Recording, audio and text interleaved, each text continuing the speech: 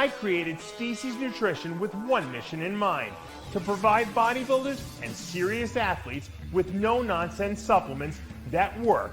I put my name and reputation on every bottle of Species Nutrition products. If you want to be your absolute best, join the evolution.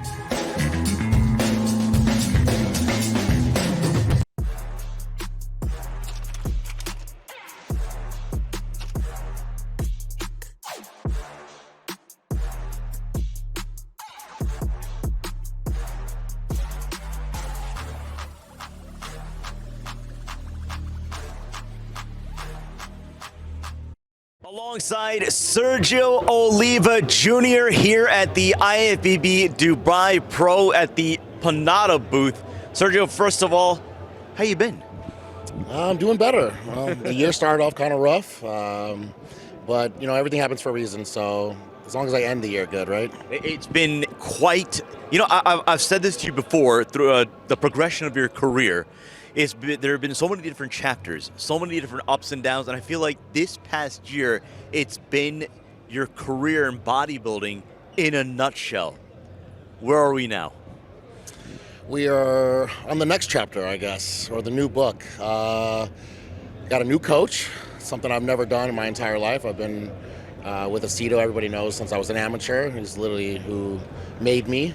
But it's cool now, you know, to take the knowledge that I learned from him, and I think that's something that a lot of people don't talk about, or they don't even realize themselves, that when you go to a new coach, that new coach sometimes can do a lot better because you did the trial and error with the past guy for so long that now Neil, as my new coach, can ask me a question. Do you like this? Does this work? You know, whatever. And I have these answers, rather than me and Aceto, me being, you know, 20-something years old, weighing 100 pounds less, figuring it out as we go. So I think it's good that I've learned so much from him, and now I want to kind of take that into the next level, and really just the mystery of going into a show not knowing what's going to happen. It's exciting again. Let's put this one to rest, only because obviously when you do have the quote-unquote breakup, there's always the questions that come about, obviously. You know, did it end well? Did it end on a poor note or whatever? Where are you and Chris today as terms of friends or? No, Chris is the best person I've met in my life, but of course, easily in this industry. I was just talking to him this morning. I just got back from Spain last night, and I was sending him some pictures from there, so it's never going to be anything like that. But really, if you think about it, how many people who were with Chris have bad-mouthed Chris? Yeah. You know, like, yeah, there are a lot of coaches, and sometimes, right, sometimes it's the athlete, sometimes it's the coach, but I mean, Chris has coached everybody. Who's ever been like, oh, Chris screwed me over? He doesn't. He kills himself, literally, for his clients. I've seen this guy take better care of his clients than he does himself. So there's no way anyone could have a problem with them.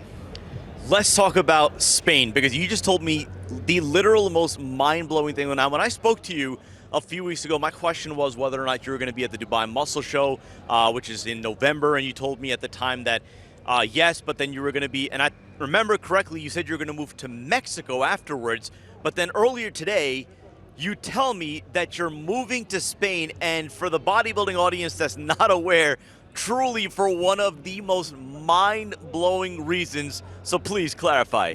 Well, deep down, the real reason is that I need to get on speaking Spanish. That's why I was thinking about Mexico, somewhere close to the States. I can hop over, do a show, get back. It's something just kind of personal for me.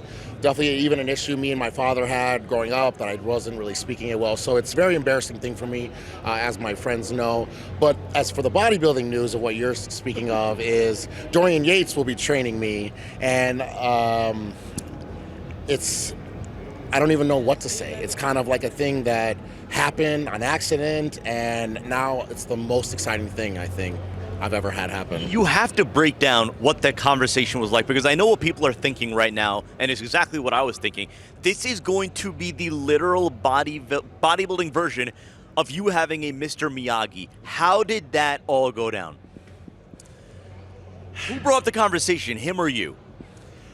Neither. I actually just have we have a mutual friend, someone that I knew living in Venice, and then I moved out to Dubai, and he was here which is a small world.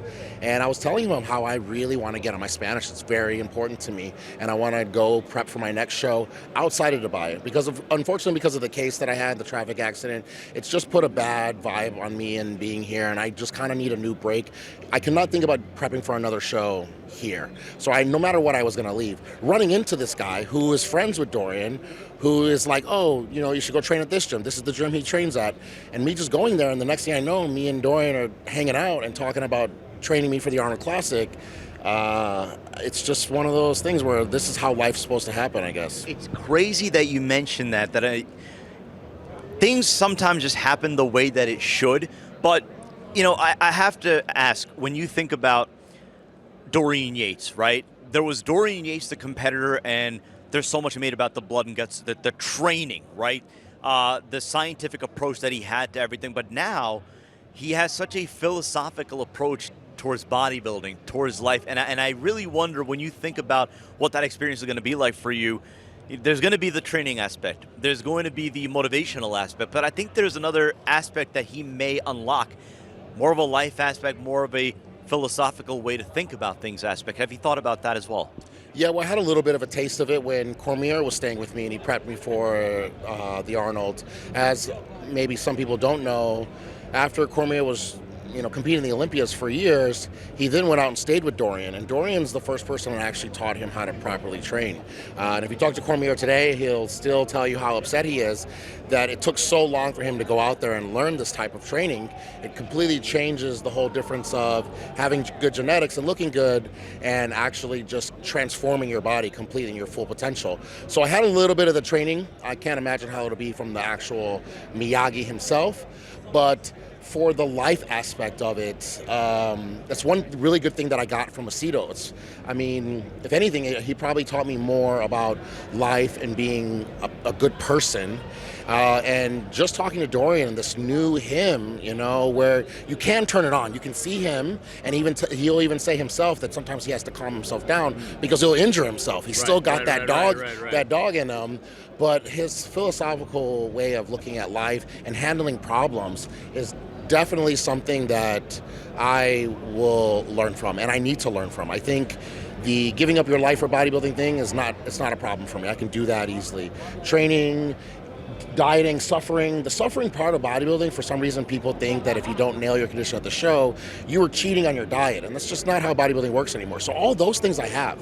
What I don't know how to handle is bad things happening in my life, and then you continue on, and you don't let it mess you up. That's something that I definitely struggle from, and I feel like as soon as I can handle my personal problems with not ease, but a better mindset, the training is only going to be better, and I think the presence that I'm going to bring on stage is going to reflect that. Let's talk a little bit more about the plan. Now, you've put it on record that the Arnold Classic 2024 Arnold Classic is going to be your next show. When you look at, evaluate everything, hone in on your physique. You've seen the ups, the downs, the shows that you come in on, the shows that you come in off. If there are one or two particular aspects about your physique that you say to yourself between now and the Arnold Classic, this is what I envision for myself, what would it be? It would be with the added size that I've put on over the years, weighing 285 on stage as a big person, but having the condition that I had at the New York Pro is what I would like. It's because I have not been doing nothing for the last, New York Pro was 2017. It's a long time ago now. And since then, it's not like I'm just taking it easy, not training hard. I am gaining weight, I am gaining muscle. When it comes time to showcase that at the show, I'm just not crisp. So I'm hoping that I can kind of combine those two, and then that would be the ideal. I have to ask, only because when you had that conversation with Dorian, this is your vision. Did he share with you a vision of his own as far as what he envisioned you to look like at the Arnold Classic? We started talking about, and I'm sure he's seen, even more, but I was talking about how I've seen so many bodybuilders that they don't have the best genetics, they don't have the best opportunities, and they'll kill themselves. And sometimes they're leaving their wives because their wives don't want to support them. They're quitting their jobs, and they're never even going to win a pro card, let alone win a show.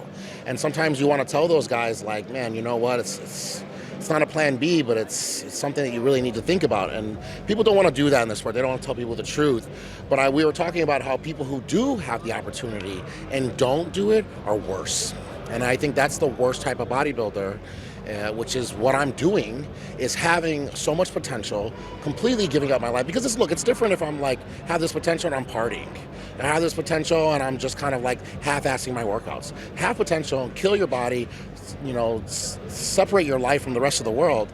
And then the day of the show, you're just not doing your job, is worse. So I just don't want to be that bad example. So he had talked about that, and he said the same thing, that if you couldn't, I would tell you, because there needs to be more of those people in the sport telling people this isn't going to happen. And he said he's said it before to people, but he said you can do this. And he's like, if I can be a part of that in any way, that he's down for it. I have to ask, only because that's to hear that from Dorian, I would have to imagine stoked a fire that may or may not have been there for you, to get that validation from Dorian, to look at you and say, it's there.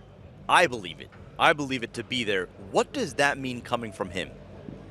Yeah, because he's not a bullshit guy, right? He doesn't kind of soften the blow and stuff. He's very upfront, and for him to say flat out that you can do this, it only reminds me that what I already knew is true, but I sometimes do better when people are relying on me. I feel like when I have people that care about me or support me or think that I can do it, or putting their time, like him, to put time, he's retired. He doesn't need the money. Right.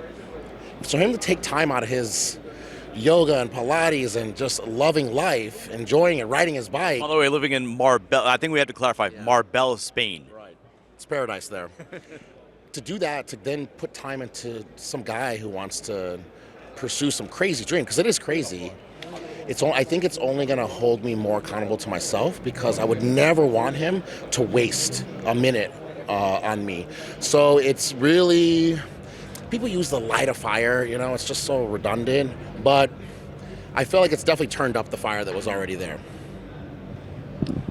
Sergio Oliva Jr. and I know Dubai, it's been a mixed bag for you, but we are here and you're seeing the leaps and bounds in which the bodybuilding scene is growing here. Obviously, this show, I think, is in its second or third year. What do you foresee for Dubai as a host for big bodybuilding events? I mean, when you talk about the likes of an Oxygen Gym, Badr Budai, and sort of his vision for how big this show is going to be, what could you say about Dubai really being a premier destination for bodybuilding events? Yeah, look, I had a bad experience, and unfortunately it's made me want to kind of separate myself, but that's just for the prep reasons. To be able to go, me getting ready for that, because I was going to be the Brazil Arnold, and then it was going to be New York, and then finally I was able to hop on a plane last minute for the Cal. I've never once in my life went into a show not knowing that I could do it. And it's so crazy, because I was just doing Flex Lewis's podcast at the Olympia, and I was saying how a lot of these guys here diet, get ready for a show, and they don't even know if they're going to get a visa. And I see them kill themselves for that, and I'm over here like, oh, this is hard, and this, I'm complaining about shit, and no matter what, I know for sure I can go. No matter what, I for sure can arrive at that competition. And I was saying how that's so incredible that they can do that. 6 months later, I'm literally going through that, where it's just like, you can do cardio, or you can really do cardio, And people at home will know what I'm talking about. You can go and let the minutes go by and get it over with, or you can really kill yourself. And I started catching myself not doing things all out like I used to. And it was because I already couldn't travel for that one. So I did have these things that I want to get out of here for, but Dubai is amazing. And Dubai is definitely the future. Just because I'm moving to prep for this show doesn't mean that I'm not going to be back and forth constantly, because I have so many new sponsors because of this place. The opportunities are here are so great. And honestly, like I said, this is the future, not only with competitions, but gyms. It's so crazy that I moved here because I thought that the gyms here were already the most insane that I've seen. The Beano's gym, the Olympia gym are the best gyms I've ever trained. I wanted to move here for them. And now the Oxygen that's going to be built here is going to be like both of them put together. So I can't even imagine how it'll be when that arrives. And I know personally the people of the Middle East are some of the biggest fans of bodybuilding. And for them to have even just this show here, it's just classic in men's physique. If they could have the Olympia hair, Crazy. it would change their lives. Sergio, as always, it is good to see a smile on your face. Good to see you in a good place. Good luck with your move to Spain. And I speak for the bodybuilding world. This is going to be an exciting dynamic. You, Dorian Yates, to unlock Sergio version 3. Hey, if I can't do it like this, then this isn't for me, right? Sergio Oliva Jr. Panada booth at the 2023 Dubai Pro.